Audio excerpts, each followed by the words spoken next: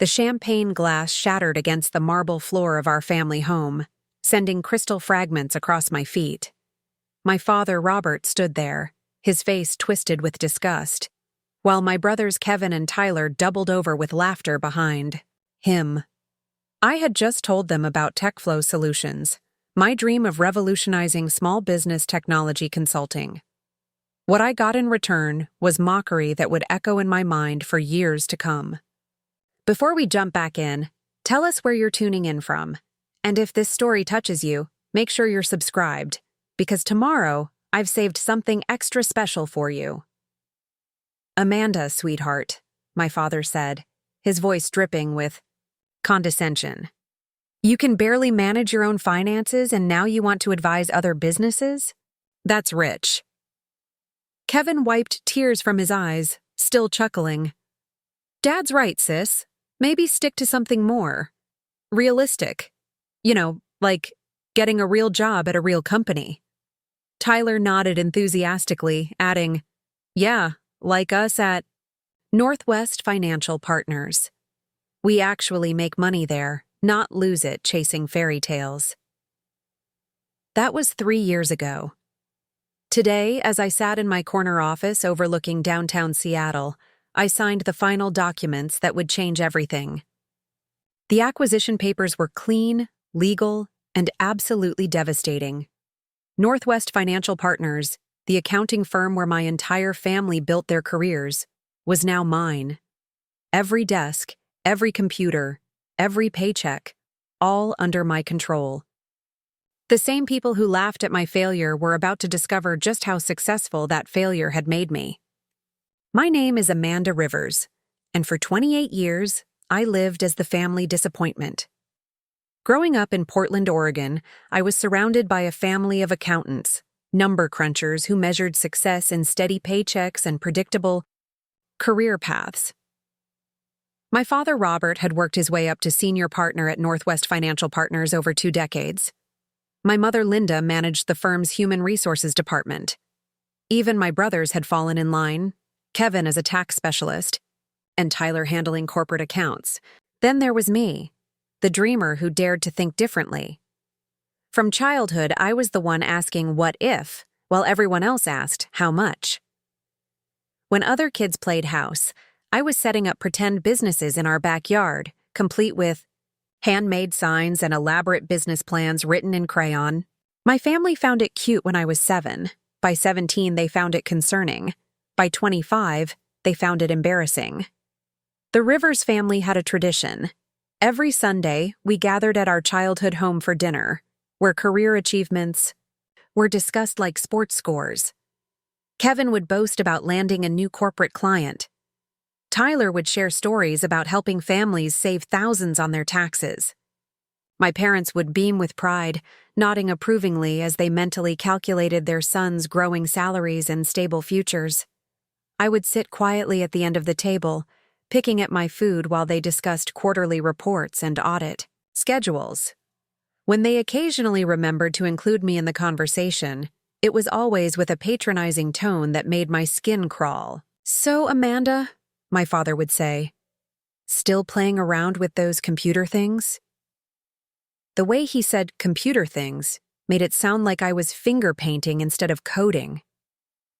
When I tried to explain the potential of digital transformation for small businesses, their eyes would glaze over. Kevin would make jokes about tech bros and their inflated egos. Tyler would laugh and say something about how real businesses needed real accountants, not flashy websites and apps. The worst part wasn't their dismissal. It was their certainty that they were protecting me from myself. They genuinely believed that my entrepreneurial dreams were dangerous delusions that would leave me broken. In their minds, they were the voice of reason, guiding their naive daughter away from financial ruin and toward the safety of traditional employment. Honey, my mother would say with that concerned smile I knew so well, why don't you just apply to some nice companies? We could put in a good word for you at Northwest. They're always looking for bright young people. The subtext was clear. Stop chasing impossible dreams and join the family business like a responsible adult. But I couldn't do it. Every fiber of my being rebelled against the idea of spending my life in a cubicle, processing other people's numbers, living other people's dreams. I had ideas that kept me awake at night, solutions to problems I saw everywhere I looked. Small businesses struggling with outdated systems, entrepreneurs drowning in administrative tasks that technology could streamline. In minutes, I could see the future of business consulting, and it wasn't sitting in a beige office explaining tax codes. So I kept pursuing my vision, working part-time jobs to fund my education in business and technology. I took online courses in everything from digital marketing to software development. I networked with other entrepreneurs, attended startup meetups, and absorbed every piece of knowledge I could find about building a successful consulting business. My family watched this journey with a mixture of amusement and concern. They saw me spending money on courses instead of saving it.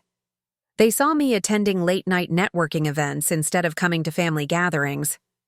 They saw me talking passionately about business theories they didn't understand, instead of discussing the practical matters that dominated their conversations.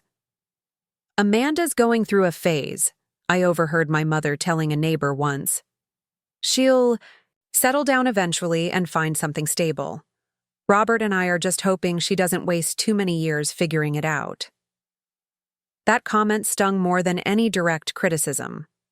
To them, my passion was just a phase, a temporary detour from the inevitable path of conventional employment. They couldn't see that I was building something, that every course I took and every connection I made was laying the foundation for something bigger than they could imagine. The breaking point came when I finally decided to launch TechFlow Solutions. I had spent 2 years developing my business plan, identifying my target market, and building the skills I needed. I found a small office space, invested my savings in basic equipment, and officially registered my consulting firm. For the first time in my life, I felt like I was exactly where I belonged. I was naive enough to think my family would finally understand. I planned to announce my business launch at our Sunday dinner, hoping that seeing my determination and preparation would earn their respect, or at least their support. I had printed professional business cards, created a polished website, and even landed my first potential client through my networking efforts. The moment I walked into that dining room, I knew I had made a mistake. The atmosphere was different that night, charged with an energy I couldn't identify but that made me uncomfortable. My brothers kept exchanging glances, and my parents seemed unusually attentive as I began to explain my new venture. "I've started my own consulting firm," I announced, trying to keep my voice steady and confident. "TechFlow Solutions. We help small businesses integrate technology to improve efficiency and reduce costs. I've already got interest from several potential clients, and I'm projecting positive cash flow within 6 months." The silence that followed was deafening. Then Kevin started to snicker. Tyler joined in, and soon both my brothers were laughing, openly at what they saw as their sister's latest fantasy. My father set down his wine glass with deliberate slowness, and I knew what was coming next would hurt. "Amanda," he said, his voice taking on the tone he used with particularly difficult clients, "do you have any idea what you're talking about? Starting a business isn't a game. It requires capital, experience, connections, and frankly, a realistic understanding of market dynamics that you simply don't possess." My mother nodded sadly, as if watching a child insist they could fly. Preparing and narrating this story took us a lot of time, so if you are enjoying it, subscribe to our channel. It means a lot to us. Now back to the story. "Sweetheart, we've watched you chase these dreams for years now. Don't you think it's time to be practical? Kevin and Tyler have built solid careers because they listened to our advice. Maybe you should consider doing the same." But it was Tyler who delivered the blow that would fuel my determination for years to come. "Come on, Amanda. You've never held a real job for more than 6 months. You've never managed a budget, never dealt with actual business challenges, never even worked with clients in a professional setting. What makes you think you can suddenly become some kind of business guru? It's embarrassing. Kevin nodded enthusiastically, emboldened by Tyler's attack. Dad's right. You can barely manage your own life, and now you want to advise other people on how to run their businesses? That's not confidence, that's delusion. Maybe it's time to grow up and join the real world. The champagne glass fell from my trembling hand, shattering against the marble floor like my heart was shattering in my chest. The sound echoed through the dining room, followed by more laughter from my brothers. My father didn't even look at the mess. He was too busy shaking his head in disappointment. "This is exactly what I'm talking about," he said, gesturing at the broken glass. "You can't even handle a simple family dinner without creating chaos. How do you expect to handle the pressures of running a business?" That night, I drove home through Portland's rain-soaked streets with tears streaming down my face, and my family's laughter still ringing in my ears. But somewhere between the humiliation and the heartbreak, something else began to grow. It wasn't just anger, though anger was certainly part of it. It was a cold, determined resolve that would reshape everything about my life. They thought I was delusional. They thought I was naive. They thought I would fail spectacularly and come crawling back to them for help finding a real job at their precious accounting firm. What they didn't understand was that their mockery had just provided me with the most powerful fuel in the world, the burning need to prove them absolutely, devastatingly wrong. I spent the next 6 months pouring everything into TechFlow Solutions. I worked 18-hour days, lived on coffee and determination, and slowly began to build a client base. My first breakthrough came with a local restaurant that was struggling with inventory management. I developed a simple system that reduced their food waste by 30% and increased their profit margins significantly. Word began to spread, and soon I had a steady stream of small business owners seeking my help. For a brief moment, I thought I had made it. My bank account was growing, my client testimonials were glowing, and I was finally feeling like the businesswoman I had always known I could become. I was so proud of my progress that I decided to share the good news at another Sunday dinner, thinking surely my family would see that their concerns had been unfounded. I couldn't have been more wrong. When I excitedly explained my success with the restaurant and my growing client base, my family's reaction was even worse than their initial mockery. Kevin rolled his eyes and said, "A few lucky breaks don't make you a business owner, Amanda. Wait until you hit your first real challenge." Tyler was more direct. "How much are you actually making? Because it sounds like you're working twice. As hard for half the money you could make at a real company." My father delivered the final blow with clinical precision. "Amanda, I've seen dozens of small consulting firms come and go over the years. They all start with enthusiasm and a few early wins.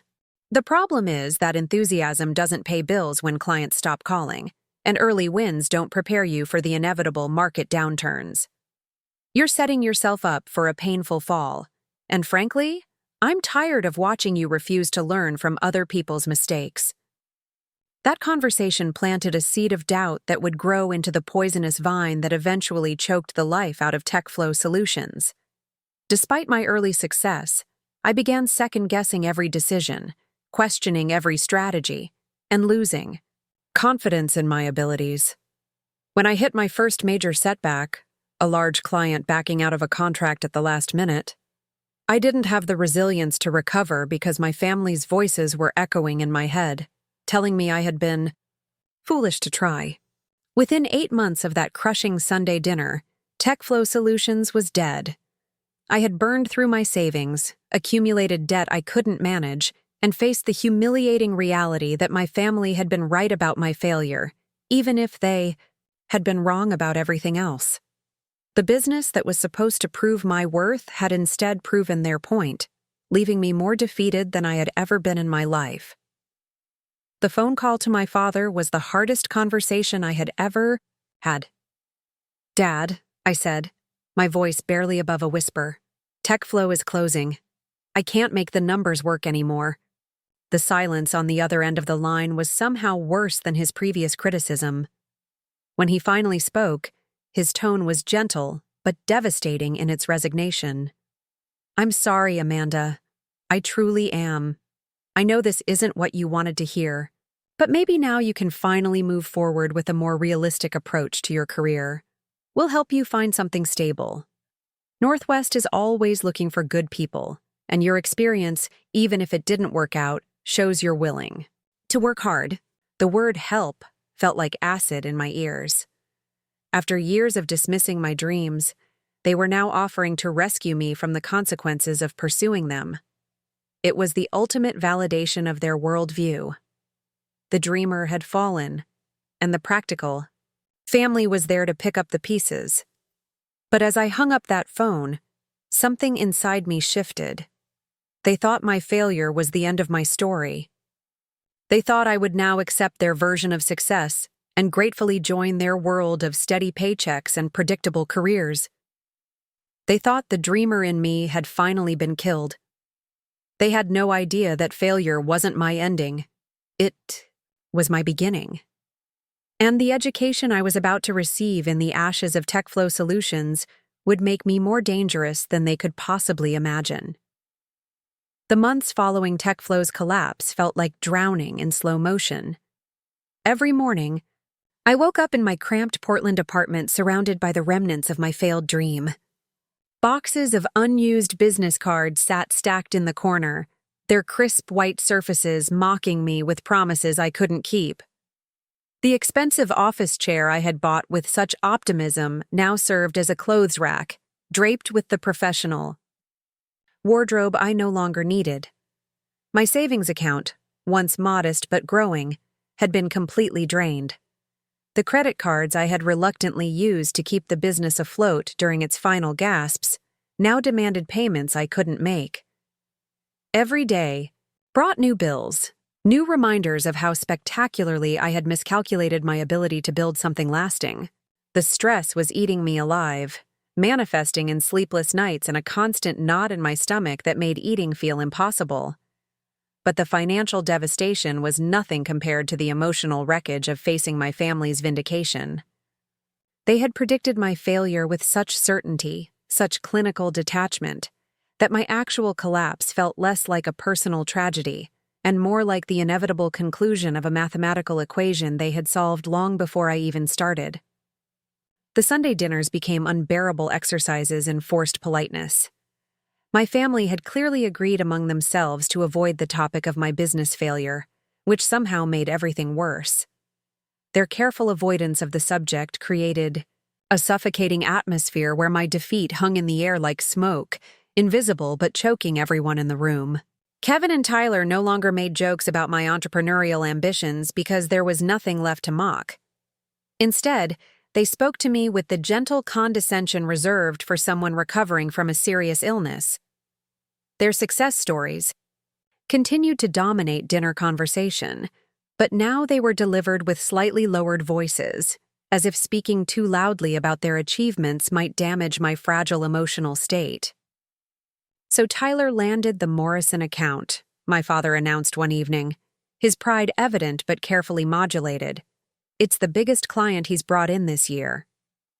Tyler smiled modestly, glancing at me with what I could only describe as sympathetic embarrassment. He was proud of his achievement, but seemed almost guilty about celebrating it in front of his broken sister. My mother had taken to asking gentle questions about my plans, as if the concept of having a career strategy was something I needed to relearn from scratch. "Have you given any thought to what kind of position might interest you?" she would ask, her tone so carefully neutral that it felt patronizing. "Your father mentioned that Northwest has an opening in their administrative department. It's entry-level, but it could be a good way to get back on your feet." The suggestion hung in the air like a life preserver thrown to a drowning person. I could see the logic in their minds. I had tried the impossible and failed, so now it was time to accept help from people who understood how the real world worked. The entry-level position at Northwest wasn't just a job offer. It was a rescue mission designed to save me from my own poor judgment. What made it worse was their genuine concern. They weren't being cruel or vindictive. They were trying to help their wayward daughter find solid ground after her inevitable crash.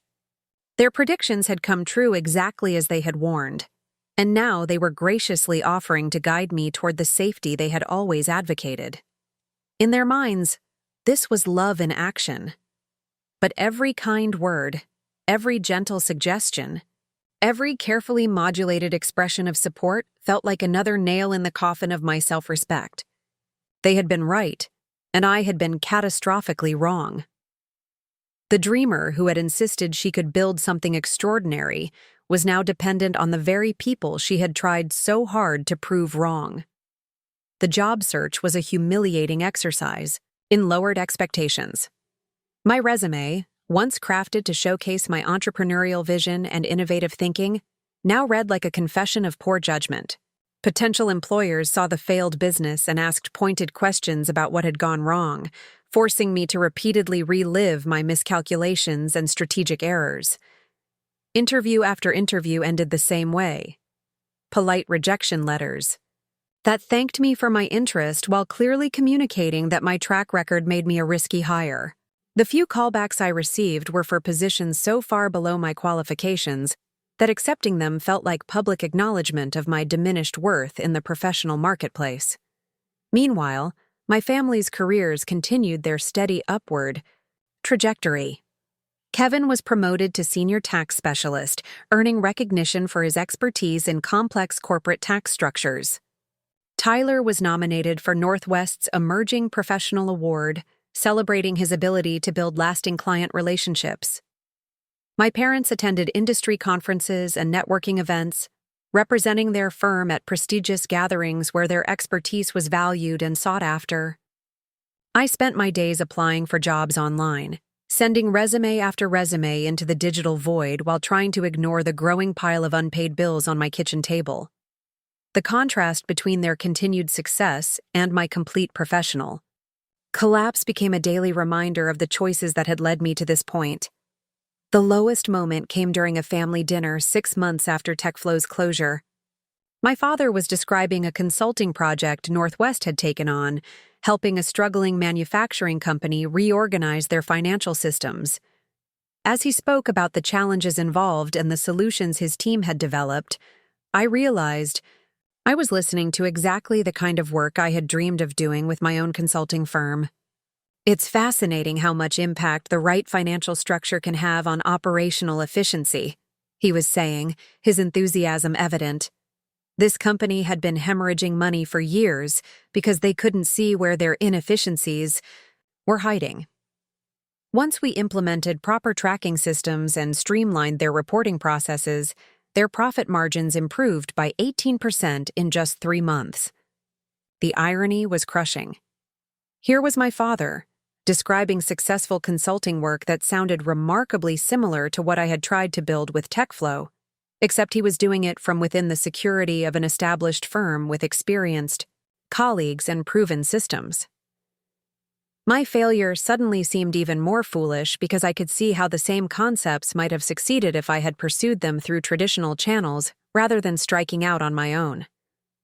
That's exactly the kind of impact I was hoping to create, I said quietly, not really meaning to speak the thought aloud. The table fell silent, and I could feel everyone's discomfort with my accidental reference to my failed business. My father looked at me with what I interpreted as pity mixed with gentle correction. The difference, Amanda, is that we have the infrastructure, experience, and client relationships necessary to take on projects like this. Individual consultants rarely have access to the resources required for this level of impact. That's why working within an established organization is so much more effective than trying to build something from scratch. His words weren't meant to be cruel, but they cut deeper than any deliberate insult could have. He was explaining, with professional precision, exactly why my approach had been doomed from the start. The resources I had lacked, the experience I had overestimated, the infrastructure I had naively thought I could build myself. He was cataloging every reason why my failure had been inevitable. "You're absolutely right," I said, my voice barely audible. I should have understood that from the beginning. The admission felt like swallowing broken glass, but it was true. They had been right about everything, and I had been wrong about everything, and now everyone at the table knew it. The conversation moved on to other topics, but I sat there drowning in the realization that my family's version of reality had been proven correct in every significant way. Their practical approach to career building had delivered consistent success. Their warnings about entrepreneurial risks had been validated by my spectacular failure. Their advice about working within established systems had been wisdom I should have heeded. That night, I lay awake staring at the ceiling and facing a truth I had been avoiding for months. I wasn't just broke and unemployed. I was fundamentally wrong about my own capabilities and the nature of professional success. The qualities I had thought were strengths, my independence, my vision, my willingness to take risks, had actually been weaknesses that led me directly to failure. My family had tried to protect me from this outcome, and I had ignored their guidance because I thought I knew better. Now I was exactly where they had predicted I would end up, defeated, financially devastated, and forced to accept that their conventional wisdom had been superior to my innovative dreams. The next morning, I called my father and asked about the entry-level position at Northwest Financial Partners. My voice was steady, but my hands were shaking as I dialed his number. This wasn't just a job application, it was a surrender. I was formally acknowledging that their way had been right and mine had been wrong. "I've been thinking about what you said," I told him, trying to sound professionally interested rather than desperately defeated. "If that administrative position is still available, I'd like to learn more about it. I think it might be a good opportunity for me to gain some practical experience in a stable environment." The relief in his voice was unmistakable. "Amanda, I'm so glad to hear you say that. I think this could be exactly what you need right now. Let me talk to Linda about setting up an interview. Northwest is always looking for bright people, and your education and work ethic have never been in question. You just need to learn how to apply them in a more structured setting." Even his encouragement felt like gentle criticism. My education and work ethic weren't the problem. My judgment and strategic thinking were what needed correction. The job at Northwest wasn't just employment. It was remedial training for someone who had proven incapable of making sound professional decisions independently. The interview was scheduled for the following week, and I spent the intervening days trying to prepare mentally for what felt like the final step in my complete professional transformation. I would go from failed entrepreneur to entry-level employee, from someone who had tried to build systems to someone who would operate within systems built by others, from dreamer to pragmatist. But as I sat in my apartment the night before the interview, surrounded by the evidence of my failed ambitions, something unexpected began to stir in the back of my mind. It wasn't hope, exactly, and it certainly wasn't confidence. It was more like curiosity about what I might learn from this experience of starting over completely. My family had been right about my failure, but that didn't necessarily mean they were right about everything. Maybe there were lessons to be learned from working within their world, insights that could only be gained by experiencing their methods from the inside. Maybe my failure hadn't been a dead end but a detour, leading me toward knowledge I couldn't have acquired any other way. The thought was barely formed, just a whisper of possibility in the darkness of my defeat. But it was enough to help me sleep that night, and it would be enough to get me through the interview the next day.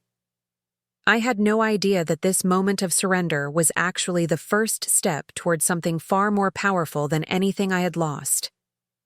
I was about to enter my family's world not as a defeated dreamer accepting reality, but as someone who would learn their methods, understand their systems, and eventually use that knowledge in ways they could never anticipate.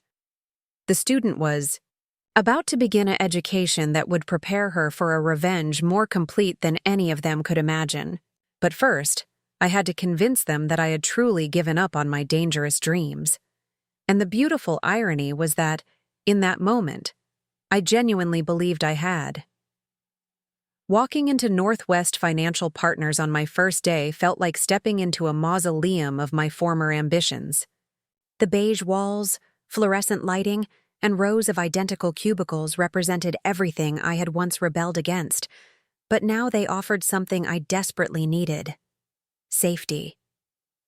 My desk was positioned in the administrative pool, far from the prestigious offices where my family conducted their important work, and that distance felt appropriate for someone learning to rebuild from the ground up. My mother, Linda, had orchestrated my hiring with careful diplomacy, presenting me to her colleagues as a bright young woman who was ready to learn the fundamentals of proper business operations. The subtext was clear to everyone. Amanda Rivers was the partner's daughter who had tried to skip steps and was now getting the education she should have pursued from the beginning. The work itself was mind-numbing in its simplicity. I processed expense reports, organized filing systems, and handled routine correspondence that required no creativity or strategic thinking. Every task was governed by established procedures that had been refined over years of repetition. There was no room for innovation, no opportunity for improvement, no space for the kind of thinking that had once driven my entrepreneurial dreams. For the first month, I told myself this was exactly what I needed. The steady paycheck allowed me to slowly chip away at my debts. The structured environment provided relief from the chaos and uncertainty that had consumed my life during TechFlow's collapse. The clear expectations and defined responsibilities were comforting after months of making every decision in isolation.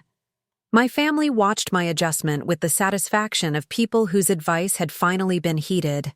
Kevin would stop by my desk occasionally to check on my progress, offering encouragement that felt genuinely kind but unmistakably condescending. "You're doing great, Amanda. I knew you'd figure out how to apply yourself once you had the right environment." Tyler was more direct in his relief that I had abandoned my entrepreneurial delusions. "This is so much better than watching you stress yourself out trying to build something impossible," he told me during a coffee break. "Now you can actually build a career instead of chasing fantasies." My father's approval was more subtle but perhaps more meaningful. He would nod approvingly when colleagues mentioned my diligent work ethic, and occasionally he would include me in conversations about office operations, treating my questions as legitimate rather than naive. For the first time in years, I was earning his respect by meeting expectations rather than disappointing them. But as the weeks turned into months, something unexpected began to happen. The very boredom that was supposed to humble me started, sharpening my observation skills in ways I hadn't anticipated. With no creative challenges to occupy my mind, I found myself studying the business operations around me with forensic attention to detail. I began to notice inefficiencies that nobody else seemed to see because they had become invisible through familiarity. The expense reporting system I was processing required clients to submit receipts through 3 different channels, creating redundant data entry that consumed hours of administrative time. The filing system I was organizing had evolved organically over years, resulting in documents being stored in multiple locations based on outdated departmental boundaries. Most intriguingly, I started to understand the technological infrastructure that supported Northwest's operations. The software systems were functional but antiquated, requiring manual workarounds for tasks that modern solutions could automate entirely. The client management database was powerful but underutilized, capable of generating insights that could transform how the firm approached business development. At first, I kept these observations to myself.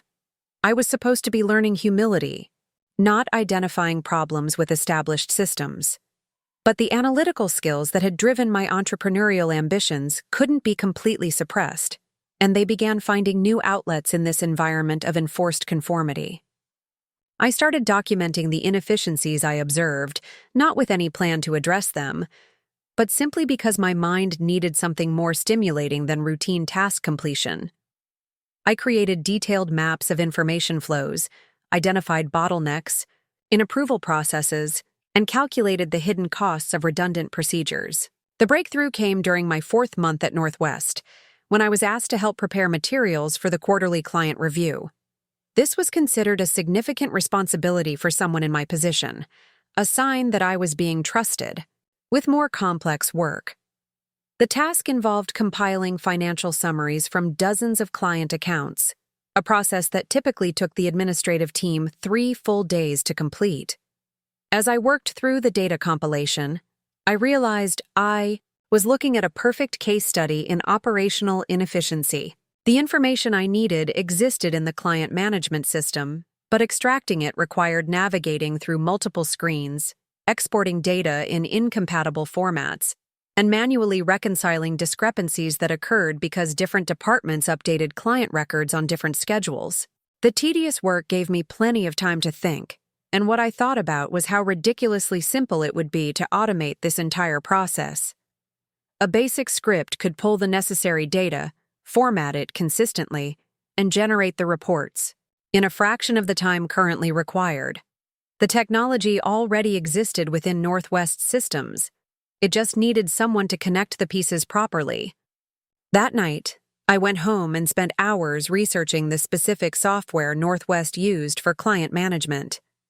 I discovered that the system had extensive automation capabilities that were simply being ignored. With my background in business technology, I could see solutions that would save hundreds of hours of administrative work while improving accuracy and reducing errors. But I also understood that suggesting improvements might be seen as overstepping my boundaries. I was supposed to be learning established procedures, not questioning them. My family had hired me partly to demonstrate that I could follow instructions rather than always trying to reinvent systems. The internal conflict was maddening. I could see exactly how to solve problems that were costing Northwest significant time and money, but addressing them would require me to step back into the role of innovator and problem solver that had led to my previous failure.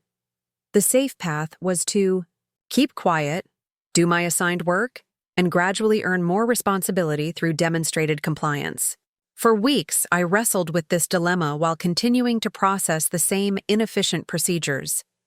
Every day brought new examples of technological solutions being ignored in favor of familiar manual processes. I watched skilled professionals spend hours on tasks that could be completed in minutes with proper automation. I saw client service suffering because information requests required days to fulfill when they could be answered instantly. The decision point came when I overheard my father discussing a client complaint during a partners' meeting. The client was frustrated with slow response times for financial reports, threatening to move their account to a more responsive firm.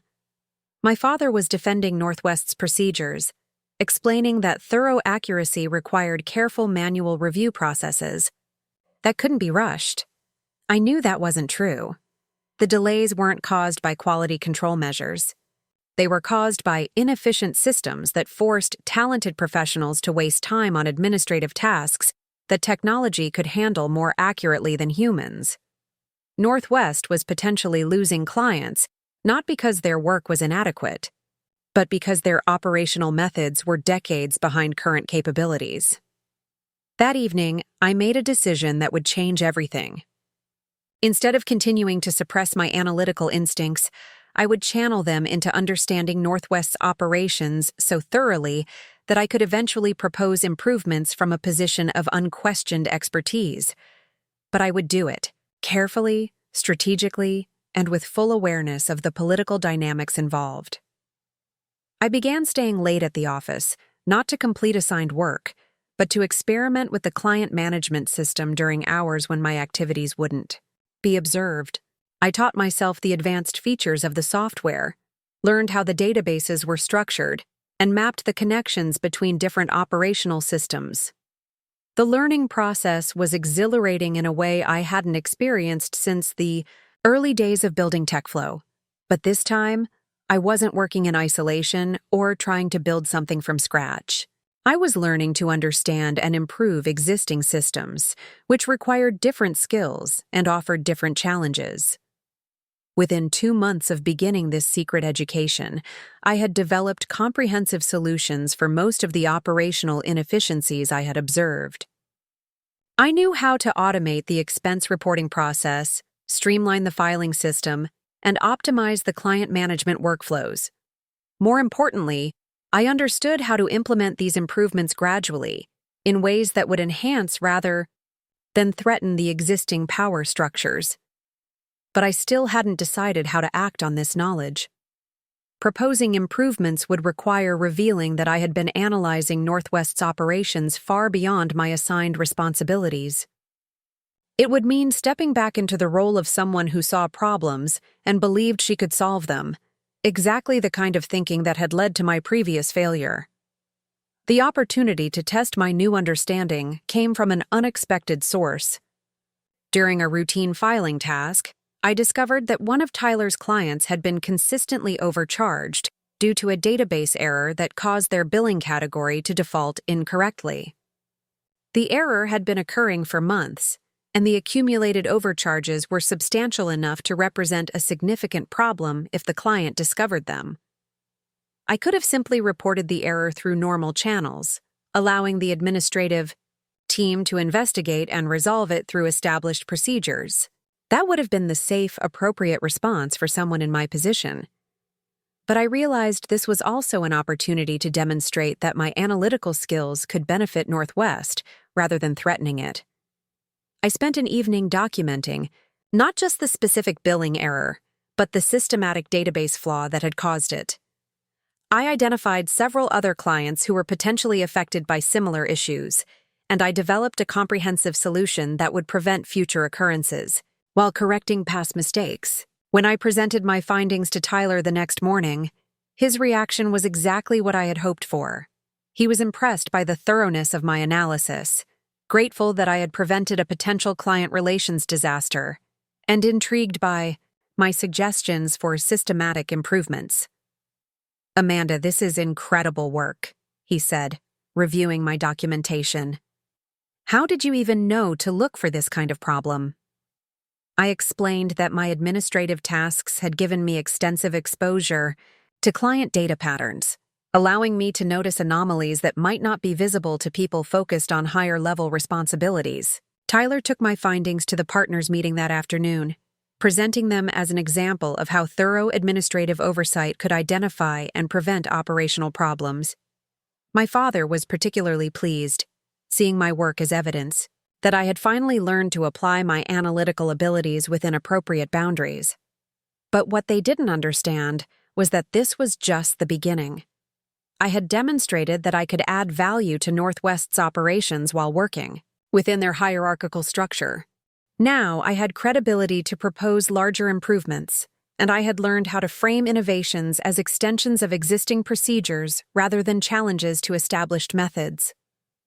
Over the following months, I gradually introduced more sophisticated solutions to operational problems, always presenting them as natural developments of my administrative responsibilities. I automated routine processes, improved data accuracy, and streamlined client communication workflows. Each success built my reputation within Northwest while giving me deeper understanding of how established businesses actually operated. My family watched this progression with growing pride, interpreting my contributions as evidence that I had finally found my proper place within a structured professional environment. They saw someone who had learned from her mistakes and was now applying her talents appropriately. They had no idea that I was actually receiving the most valuable education of my life, learning skills that would eventually allow me to build something far more powerful than anything I had previously imagined. The real revelation came when I began to understand how Northwest's success depended on relationships and systems that extended far beyond their Portland office. I learned about their client acquisition strategies, their competitive positioning, their vendor relationships, and their growth planning processes. I discovered how established firms leveraged their reputations to win contracts, how they managed risk while pursuing expansion opportunities, and how they maintained profitability through operational excellence. This was the education I had needed before launching TechFlow, but it was also something more. I was learning how to identify and exploit weaknesses in established systems, how to position innovations as improvements rather than threats, and how to build credibility within hierarchical structures. I was becoming dangerous in ways that my family couldn't recognize because they saw my compliance as evidence of transformation rather than preparation. By the end of my first year at Northwest, I had become their unofficial technology optimization specialist, responsible for identifying and implementing efficiency improvements across multiple departments. My contributions were valued, my insights were sought after, and my future within the firm seemed bright and promising. Everyone believed that Amanda Rivers had finally found her calling within the safe, structured world of traditional business operations. They thought the dreamer had been replaced by a pragmatist, the entrepreneur by a team player, the risk-taker by someone who understood the value of stability. They were completely wrong. The dreamer was still there, but now she was educated, experienced, and preparing for something that would make her previous ambitions look small by comparison. I had learned everything I needed to know about how their world worked, and soon I would use that knowledge to build something they could never anticipate or defend against. The student phase of my education was nearly complete. Soon, it would be time for the final exam. The decision to leave Portland came to me on a rain-soaked Tuesday evening as I sat in my cubicle, watching the clock tick toward 6 p.m. Around me, the Northwest Financial Partners office was winding down for the day, with colleagues gathering their belongings and discussing dinner plans. For 18 months, this had been my world, and for 18 months, I had been the perfect employee, diligent and grateful for the stability my family had provided. But something had been growing inside me during those months of apparent conformity. Something my family mistook for contentment but was actually preparation. Every inefficiency I had identified, every system I had optimized, every process I had streamlined had taught me something crucial about how established businesses operated and, more importantly, where they were vulnerable. I had learned that Northwest's competitive advantage wasn't their superior methods or innovative thinking. It was their relationships, their reputation, and their clients' reluctance to change providers. Their actual operations were decades behind what technology could enable, but their market position allowed them to charge premium prices for services that could be delivered more efficiently and more accurately by someone who understood both the business fundamentals and the technological possibilities. The revelation that would change everything came through a conversation I wasn't supposed to hear. I was working late, debugging a client database issue, when my father and two other partners returned to the office for what they thought was a private discussion about a major client retention crisis. Meridian Manufacturing, one of Northwest's largest accounts, was threatening to switch to a Seattle-based consulting firm that had promised to deliver the same services at 60% of Northwest's current pricing. The partners were scrambling to understand how their competitor could offer such aggressive pricing while maintaining quality, and their frustration was evident in their increasingly heated discussion. "It doesn't make sense," my father was saying, his voice carrying the stress of someone facing the loss of $1 million annual contract. "We've been handling Meridian's accounts for 8 years. They know our quality, they trust our processes. How can some startup firm in Seattle promise to match our service level at those prices?" Robert Chen, Northwest's managing partner, had clearly done his research on the competing firm. They're called Pinnacle Business Solutions, and they're not exactly a startup. Their founder has 15 years of experience with major consulting firms, but they're operating with a completely different business model. They're using advanced automation tools to handle routine analysis and reporting, which allows them to deliver faster turnaround times with smaller teams. The third partner, Margaret Willis, voiced what everyone was thinking. Are they cutting corners on quality to achieve those prices? Because if Meridian switches and gets inferior service, they'll be back within a year. But Chen's response revealed the true scope of the threat they were facing. "That's what I thought initially, but I've been reviewing their client testimonials and case studies. Their quality metrics are actually superior to ours in most measurable categories. Faster response times, more detailed analysis, fewer errors in reporting. They're not cutting corners. They're using technology to eliminate the inefficiencies that force us to charge higher prices. I froze at my desk, my hands still on the keyboard, but my mind racing through the implications of what I was hearing. Everything I had learned about Northwest's operations suddenly crystallized into a perfect understanding of both the problem and the solution. Northwest was vulnerable because they were charging premium prices for processes that included massive amounts of unnecessary labor. A competitor who could automate those processes while maintaining quality could undercut them dramatically while achieving higher profit margins. But what made this revelation truly explosive was my realization that I understood Northwest's systems better than anyone else in the building. I knew exactly which processes could be automated, which inefficiencies were driving up their costs, and which client service improvements would create genuine competitive advantages. I had spent 18 months studying their operations from the inside, and I had documented solutions for problems they didn't even realize they had. The partners continued their discussion, trying to develop a response to Meridian's ultimatum, but their proposed solutions revealed how little they understood about the real nature of their competitive disadvantage. They talked about offering selective price reductions, improving client communication, and emphasizing their long-standing relationship with Meridian's leadership. These were traditional responses that addressed symptoms rather than root causes. As I listened to them struggle with problems I could solve in my sleep, a dangerous thought began to form in my mind. What if I didn't try to save Northwest from their competitive disadvantage? What if I used my insider knowledge to build exactly the kind of firm that was threatening them? What if Amanda Rivers, the failed entrepreneur who had learned humility through 18 months of administrative work, disappeared to Seattle and emerged as the founder of something that would make Pinnacle Business Solutions look like a minor threat? The idea was simultaneously terrifying and exhilarating. I had failed once as an entrepreneur, and that failure had devastated me financially and emotionally. But I had failed because I had tried to build something without understanding how established businesses actually operated.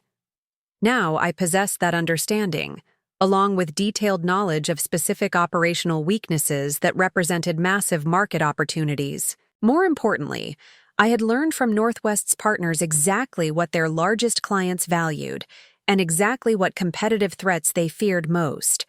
I knew their pricing structures, their service delivery methods, and their client retention strategies. I knew which of their relationships were strong and which were vulnerable to competitive pressure.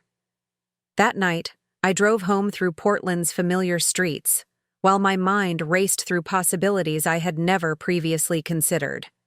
I wasn't thinking about starting another small consulting firm like TechFlow Solutions.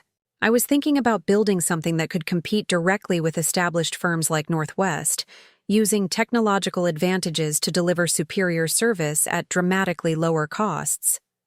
The plan that emerged over the following weeks was audacious in its scope and terrifying in its implications. I would relocate to Seattle, where the business consulting market was larger and more competitive than Portland's. I would spend months researching the market, understanding the competitive landscape, and developing technological solutions that could automate the most labor-intensive aspects of business consulting. But unlike my previous entrepreneurial attempt, this venture would be built on solid foundations of market knowledge and operational understanding. I knew exactly what services were most profitable, which client problems created the greatest value opportunities, and how to structure operations to achieve maximum efficiency. I had learned these lessons by working within the system I intended to disrupt. The decision to leave Northwest required careful planning to avoid burning bridges or creating suspicion about my intentions. I couldn't simply quit and move to Seattle to start a competing firm. That would raise obvious questions about my motivations and potentially lead to legal complications if my new venture succeeded. Instead, I developed a story about pursuing advanced education in business technology, something that would enhance My value to Northwest while allowing me to relocate temporarily. I applied to several continuing education programs in Seattle, eventually enrolling in a part-time MBA program that would provide legitimate justification for my relocation, while giving me access to business resources and networking opportunities. My family's reaction to this plan was exactly what I had anticipated. They saw it as evidence that I had finally committed to building a traditional career within established systems, rather than trying to create something from scratch. My father was particularly supportive, viewing the MBA as a logical next step for someone who had learned to apply her talents appropriately. "This is exactly the kind of strategic thinking you should have pursued years ago," he told me during the dinner where I announced my plans.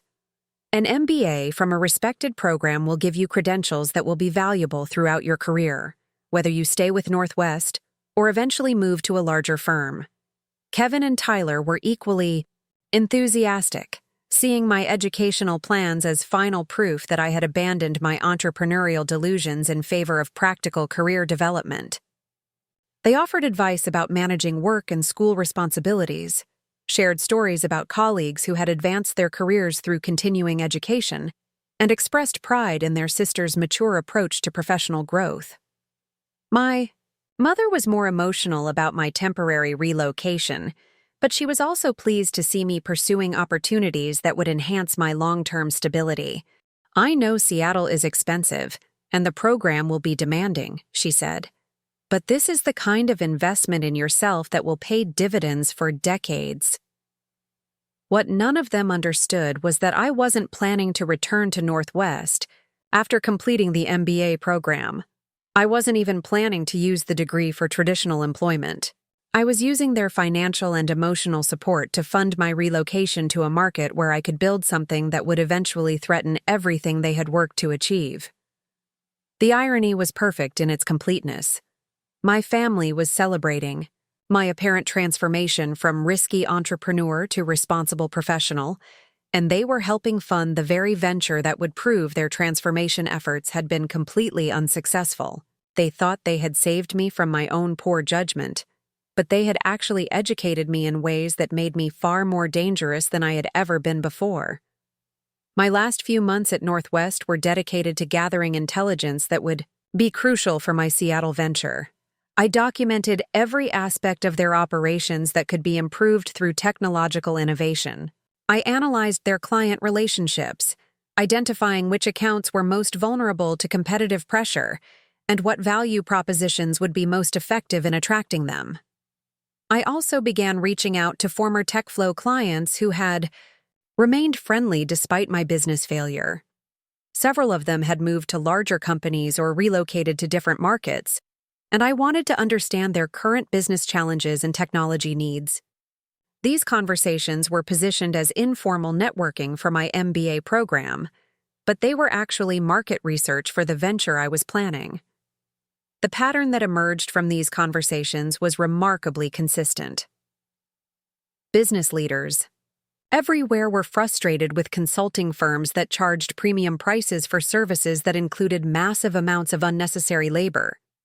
They wanted faster response times, more detailed analysis, and lower costs, but they had been told by traditional firms that these goals were mutually exclusive. What they didn't understand was that advances in business technology had made it possible to achieve all three objectives simultaneously, but only for firms willing to completely reimagine their operational structures. Established firms like Northwest were trapped by their existing systems and relationships, making it almost impossible for them to adopt the innovations that would threaten their current profit margins. But a new firm, built from the ground up around technological efficiency, could offer dramatically superior value propositions while achieving higher profit margins than traditional competitors. The market opportunity was enormous, and the competitive advantages would be sustainable because they were based on operational excellence rather than temporary factors like pricing or relationships. My final day at Northwest was marked by a farewell reception that felt like a celebration of my successful rehabilitation. Colleagues praised my contributions to operational efficiency and expressed confidence that my MBA education would prepare me for expanded responsibilities upon my return. My family beamed with pride as partners and senior staff wished me well in my studies. Robert Chen made a brief speech about how my time at Northwest had demonstrated the value of persistence and learning from setbacks. Amanda came to us after a difficult experience with entrepreneurship, he said, and she's shown all of us how someone can grow from disappointment and find success within a structured environment. We're excited to see what she accomplishes with her additional education. My father nodded approvingly throughout Chen's remarks, clearly pleased that his colleagues recognized the positive transformation they had facilitated in his formerly wayward daughter. He had no idea that the person they were celebrating was about to disappear forever, replaced by someone who would use everything they had taught her to build their most formidable competitor. As I cleaned out my desk and said goodbye to the cubicle that had been my workplace for 18 months, I felt a profound sense of completion. The education phase of my development was ending, and the application phase was about to begin. I had learned everything I needed to know about how established consulting firms operated, and I had identified specific market opportunities that could be exploited by someone with the right combination of business knowledge and technological expertise. That night, I loaded my car with everything I owned and began the drive to Seattle. In my rearview mirror, Portland grew smaller until it disappeared entirely, along with the version of myself that had lived there. Ahead of me lay a city full of opportunities and challenges, where Amanda Rivers would cease to exist, and someone entirely new would emerge. My family thought they were sending their successfully reformed daughter to pursue advanced education. That would enhance her traditional career prospects. They had no idea they were launching a guided missile that would eventually target everything they had worked to build. The student was about to become the teacher, and the lessons she would deliver would be more devastating than any of them could imagine. The transformation they thought they had achieved was about to reveal itself as preparation for something far more dangerous than anything they had tried to prevent. Their success in changing me would soon become the foundation of their own destruction. And the irony would be absolutely perfect in its completeness. Seattle welcomed me with rain and possibility. My apartment near the University of Washington campus was modest but strategically located, close enough to the business district to attend networking events and near enough to tech companies to understand the innovation driving the city's economy. For 6 months, I maintained the facade of being a dedicated MBA student, while building something that would reshape everything my family understood about business consulting. The creation of Apex Strategic Solutions began in the early hours, before dawn, when I would work on developing proprietary software tools that could automate the most labor-intensive aspects of business analysis. While my classmates slept, I was coding algorithms that could process financial data, identify operational inefficiencies, and generate comprehensive reports in minutes rather than days. Every line of code was informed by my intimate knowledge of Northwest's processes and my understanding of what their clients actually needed. The breakthrough came when I realized that most consulting firms were solving the wrong problem. They focused on providing expert human analysis, charging premium rates for the time their senior consultants spent reviewing client data. But what clients really wanted wasn't human expertise. They wanted accurate insights delivered quickly and cost-effectively. The human expertise was valuable, but only after the routine analysis had been completed efficiently. My solution was to use artificial intelligence and machine learning to handle the routine analysis, freeing human consultants to focus on strategic recommendations and relationship management. This approach could deliver faster results, higher accuracy, and lower costs simultaneously, creating a value proposition that traditional firms couldn't match without completely restructuring their operations. The first test of this concept came when I reached out to Marcus Chen, the former operations manager at one of my old TechFlow clients, who had since been promoted to CFO at a mid-sized logistics company in Seattle. Marcus remembered our successful collaboration and was intrigued when I offered to conduct a free operational assessment using my new methodology. The results were spectacular. My automated analysis identified cost savings opportunities totaling $400,000 annually, while the comprehensive report was delivered within 48 hours of receiving their data. Marcus was amazed not just by the insights, but by the speed and depth of the analysis. Traditional consulting firms had quoted 6-week timelines for similar assessments, with fees that would have consumed a significant portion of the potential savings. Word spread quickly through Seattle's business community about the mysterious consultant who could deliver enterprise-level analysis at startup prices. I carefully managed my client acquisition, taking on only projects that would build my reputation, while allowing me to refine my systems. Each engagement provided new data to improve my algorithms and new testimonials to attract larger clients. Within 18 months, Apex Strategic Solutions had grown from a one-person operation to a team of 12 specialists, all working remotely to keep overhead costs minimal. My revenue was approaching $2 million annually, with profit, margins that would have made traditional consulting partners envious. But financial success was just the foundation for what I was really building. The opportunity I had been waiting for arrived through an unexpected channel.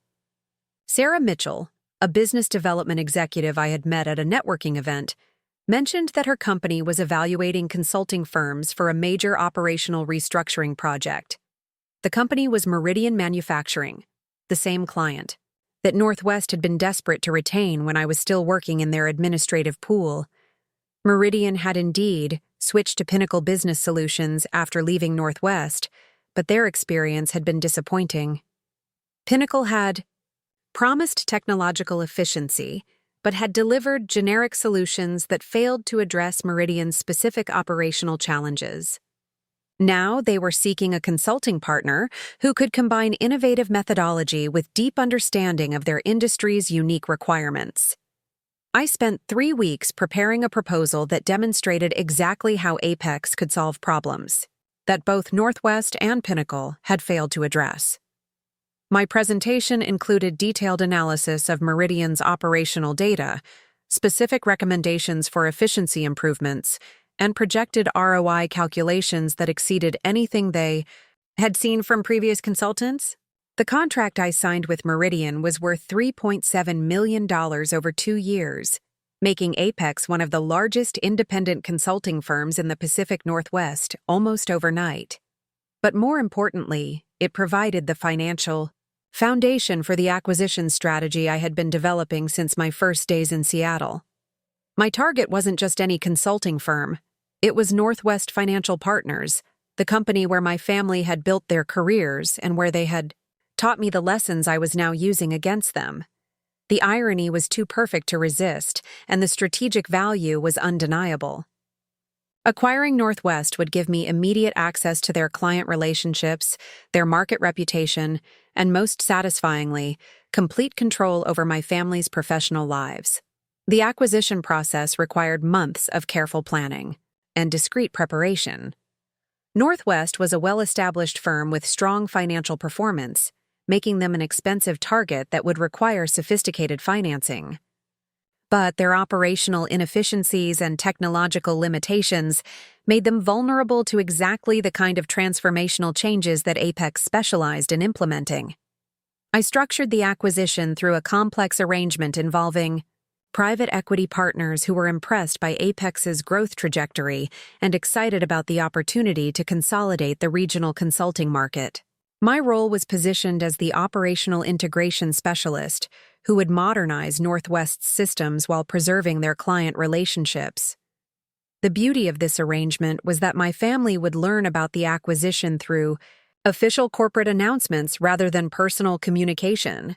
They would discover that their workplace had been purchased by a Seattle-based consulting firm led by someone with extensive experience in operational transformation. Only after the legal documents were signed would they realize that their former administrative assistant had become their new owner. The announcement came on a Tuesday morning in March, exactly 3 years after I had left Portland for my MBA program. Northwest's partners received a conference call invitation from Robert Chen, who explained that the firm had been acquired by Apex Strategic Solutions as part of a regional expansion strategy.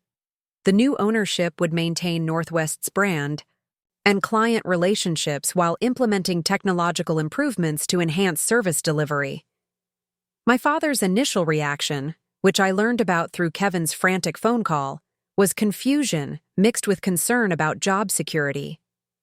Robert Rivers had spent 25 years building his position at Northwest, and the prospect of new ownership threatened the stability he had worked so hard to achieve. Kevin and Tyler were equally worried about how the acquisition might affect their career prospects. But their concerns shifted to curiosity when Chen explained that the acquisition had been led by a consulting firm founded by a former Northwest employee who understood their culture and operational methods. The new owner had specifically requested to retain all current staff and had outlined plans for technology upgrades that would enhance rather than replace their existing capabilities. My mother, Linda, as head of human resources, was tasked with scheduling individual meetings between staff members and the new ownership team. She was told that the integration process would begin with comprehensive interviews designed to understand each employee's role and identify opportunities for enhanced responsibility within the expanded organization. The meeting schedule was arranged for the following week, with senior partners meeting first, followed by department heads, and then individual staff members. My father was scheduled for Tuesday morning, Kevin for Tuesday afternoon, and Tyler for Wednesday morning. My mother's meeting was set for Wednesday afternoon, completing the family's introduction to their new reality. I arrived in Portland on Monday evening, staying at a downtown hotel under the Apex corporate account. The city looked smaller than I remembered, its familiar landmarks now seeming quaint compared to Seattle's dynamic skyline. I spent the evening reviewing my talking points and visualizing the conversations that would finally complete my transformation from discarded dreamer to undeniable force. Tuesday morning brought the moment I had been anticipating for 3 years. I arrived at Northwest offices 30 minutes early, spending time reacquainting myself with the building where I had learned the lessons that made this acquisition possible. The cubicle where I had processed expense reports was now occupied by someone else, but the inefficient systems I had documented were still creating unnecessary costs that my improvements would soon eliminate. My father entered the conference room at exactly 9 a.m., carrying a folder of documents and wearing the confident expression of someone prepared to make a good impression on new ownership. He looked older than I remembered, with more gray in his hair and deeper lines around his eyes, but his posture still conveyed the authority of someone accustomed to being respected. His confusion when he saw me sitting at the conference table was immediate and complete. For several seconds, he simply stared, his mind struggling to process why his daughter was present at a meeting with Northwest's new owner. Then recognition began to dawn, along with the horrifying realization of what my presence meant. "Hello, Dad," I said quietly, gesturing to the chair across from me. "Please, have a seat. We have a lot to discuss." The color drained from his face as he slowly lowered himself into the chair, his eyes never leaving mine as he struggled to understand how the daughter he had rescued from entrepreneurial failure had somehow become his employer. "Amanda," he whispered, his voice barely audible. "What is this? How are you here? I don't understand what's happening." The confusion in his voice was genuine, but underneath it, I could hear the growing panic of someone whose entire understanding of reality was being demolished in real time. I opened the leather portfolio in front of me and removed a document bearing the Apex Strategic Solutions letterhead. "This is the acquisition agreement for Northwest Financial Partners," I explained, my voice professionally calm. "As of yesterday, I own this company. I own your job, your office, your client relationships, and your future here. The daughter you thought you had saved from her own poor judgment is now your boss." The document slipped from his trembling fingers as the full scope of his situation became clear. His mouth opened and closed several times. but no words came out. He was experiencing the same kind of shock I had felt 3 years earlier when my family had celebrated my business failure, except his shock was magnified by the complete reversal of our power dynamic. But how?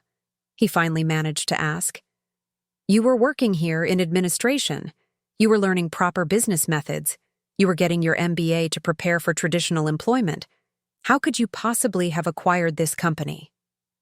The questions tumbled out faster than I could answer them, each one revealing another layer of his fundamental misunderstanding of what had been happening. I was learning, I confirmed. But not what you thought I was learning. You taught me how established firms operate, how they maintain client relationships, how they structure their operations, and most importantly, where they're vulnerable to disruption. You educated me perfectly for building something that could compete with you and eventually acquire you. The realization hit him like a physical blow. His face went pale, then flushed red, then pale again as he processed the implications of what I was telling him. You used us, he said, his voice combining accusation with devastation. You pretended to learn humility while actually planning to destroy what we built. I didn't pretend anything, I replied, my tone remaining steady and professional. I did learn humility. I learned that my first business failed because I didn't understand how established firms really operate. So I spent 18 months studying your operations from the inside, documenting your inefficiencies, understanding your client relationships, and developing solutions for problems you didn't even realize you had. I leaned forward slightly, maintaining eye contact as I delivered the words I had been rehearsing for months. You were right that I needed education before I could succeed as an entrepreneur. You just didn't realize you were providing that education yourselves. Every day you dismissed my ideas, every time you corrected my methods, every lesson you taught me about proper business operations, you were giving me the tools I would eventually use to build something you couldn't compete with. The silence that followed was deafening. My father sat frozen in his chair, staring at the acquisition documents as if they might somehow change their meaning if he looked at them long enough. When he finally spoke again, his voice was barely a whisper. What happens now? What do you want from us? The questions carried the weight of someone whose entire professional identity had just been shattered. The successful partner who had confidently entered this meeting no longer existed. In his place sat a defeated man facing an uncertain future controlled by the daughter he had underestimated. What happens now is that Northwest becomes part of Apex Strategic Solutions, I explained. Your client relationships will be preserved and enhanced. Your operational methods will be improved through technological integration. Your staff will be retrained on more efficient systems.